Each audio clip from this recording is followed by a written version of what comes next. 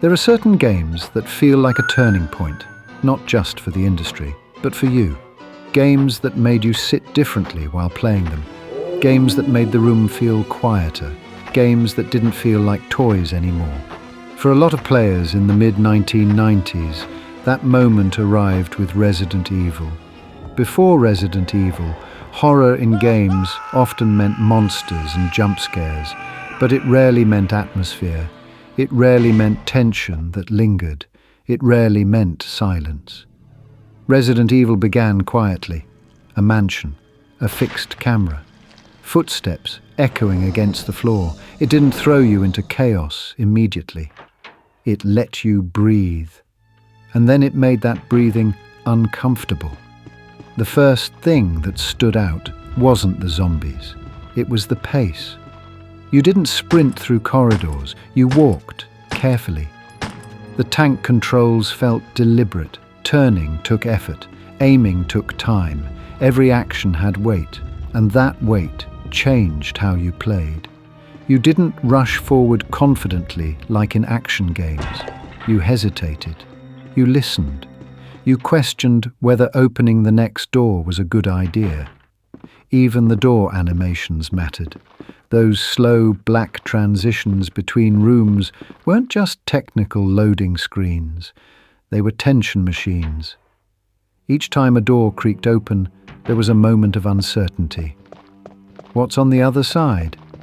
And because the game didn't show you instantly, your imagination filled the gap. That's what made Resident Evil feel grown up. Not the violence, not the blood, but the restraint. It trusted atmosphere. It trusted silence. It trusted the player's imagination. The mansion itself felt like a character. Rooms weren't linear corridors. They were connected spaces that slowly revealed their logic. You weren't just clearing levels. You were learning a building. That design created immersion in a way few console games had achieved before. And then there was resource management. Ammo was limited. Healing items were limited. Inventory space was limited. Every decision mattered. You couldn't waste bullets casually. You couldn't pick up everything you saw. You had to think.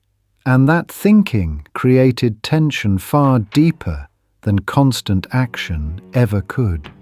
For many players, Resident Evil was the first time they felt genuinely nervous playing a game. Not startled, nervous. There's a difference. A jump scare makes you react for a second. Tension makes you sit differently for minutes. The fixed camera angles added to that unease. You couldn't see everything. Corners felt dangerous. Blind spots felt intentional. You were never fully in control of your perspective. And that lack of control added vulnerability. Previous console experiences often empowered players quickly. Resident Evil did the opposite. It made you feel fragile. And fragility is a very adult emotion in gaming. The voice acting became iconic for different reasons. The dialogue was awkward at times. But even that awkwardness added to the atmosphere. It felt strange, unpolished, unpredictable, and that unpredictability made everything feel less scripted. Resident Evil didn't feel like a cartoon. It felt like something closer to cinema, but not action cinema, slow, suspenseful cinema. It asked for patience, it asked for focus, and it rewarded caution.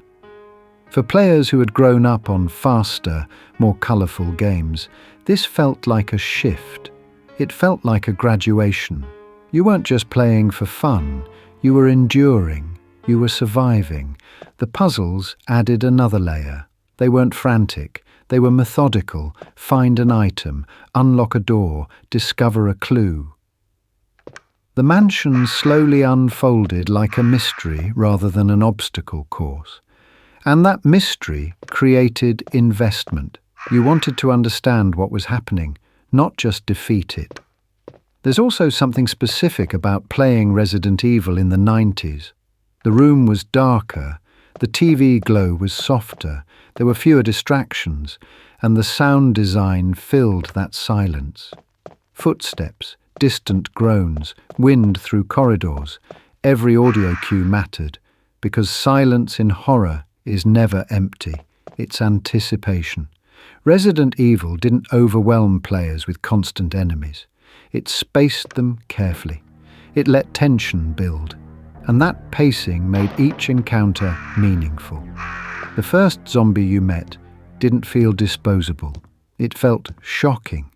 The slow turn of its head, the unnatural movement, the hesitation before pulling the trigger. It wasn't about how many enemies you could defeat. It was about whether you should. And that decision-making process felt mature. It required discipline, it required patience, it required restraint. Those qualities aren't flashy, but they're powerful. Resident Evil also changed how players talked about games. It wasn't just fun, it was scary, it was intense, it was atmospheric. The language around gaming shifted slightly. And that shift reflected growth. For many players, this was the first time they felt like gaming wasn't just a childhood hobby. It felt cinematic, serious, almost adult. That emotional shift is hard to quantify, but it's easy to remember. You remember sitting closer to the screen, listening more carefully, lowering the volume at certain moments. You remember the tension in your hands when navigating tight corridors. And you remember that strange satisfaction when surviving a difficult encounter.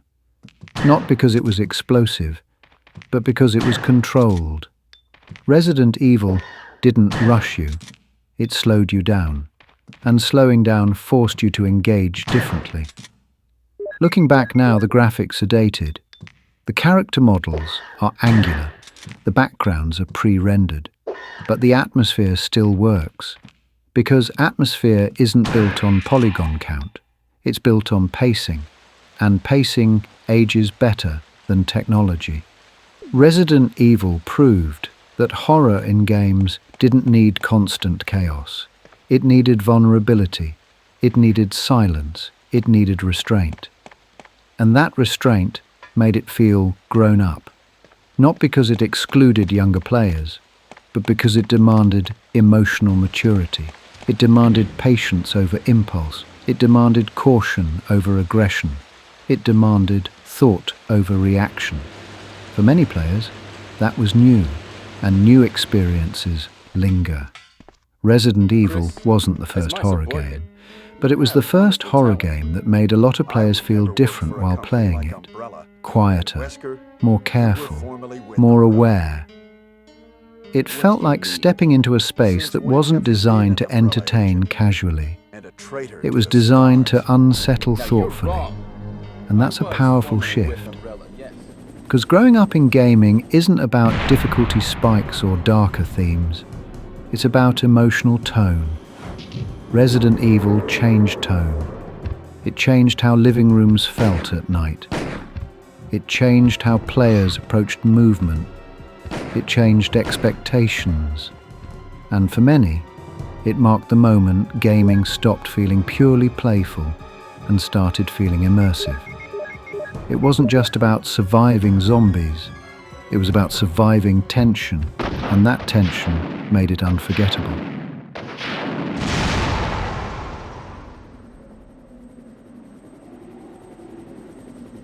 But I should get